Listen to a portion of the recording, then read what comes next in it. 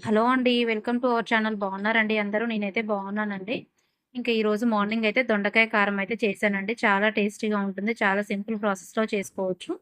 దానికోసం అయితే ముందుగా దొండకాయ అయితే ఒక హాఫ్ కేజీ అయితే తీసుకున్నానండి. తడి లేకుండా మంచిగా కడుక్కొని తూడ్చుకోవాలండి. నీట్‌గా శుభ్రంగా కడిగి తడి లేకుండా ఒక పొడి క్లాత్‌తో అయితే మంచిగా తూడ్చుకోవాలి. తూడ్చుకొని మంచిగా అయితే వాటికి డాట్స్ అయితే పెట్టుకోవాలండి. కట్ చేయాలి.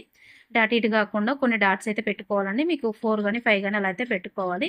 ఇంకా కొద్దిగా అయితే ఆయిల్ డీప్ ఫ్రైకి సరిపడా ఆయిల్ అయితే పోసుకొని అందులో మంచిగా గోల్డెన్ బ్రౌన్ కలర్ వచ్చే వరకు అయితే ఫ్రై చేసుకొని పక్కన పెట్టుకోవాలండి. ఇంకా ఇదే కళాయిలో కొద్దిగా అయితే ఆయిల్ సరిపోతుందండి. లేదంటే కొద్దిగా అయితే పోసుకోండి. నాకైతే సరిపోయింది.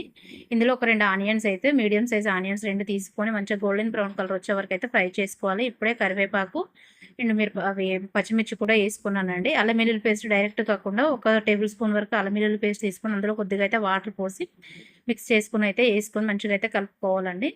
గ్యాస్ అయితే లో ఫ్లేమ్లోనే పెట్టుకోవాలండి. ఇంకా మనకు ముందుగానే అవి ఫ్రై చేసుకొని పెట్టుకున్నాం కదండి. ఇక ఇప్పుడు మసాలాలు అయితే వేసుకోవాలండి. కారము, ధనియాల పొడి, గరం మసాలా, సాల్ట్ అయితే వేసుకున్నానండి. వేసుకొని మంచిగా అయితే ఫ్రై చేసుకోవాలి. కొంచెం గ్యాస్ అయితే సిమ్లో పెట్టుకోండి. ఎందుకంటే హై ఫ్లేమ్లో పెడితే మొత్తం మాడిపోతుంది. ఇంకా అలా చేశాక మంచిగా కొంచెం మగ్గాకనైతే ముందుగా మనం ఫ్రై చేసుకున్న దొండకాయలు అయితే వేసుకొని మంచిగా అయితే కలుపుకోవాలండి.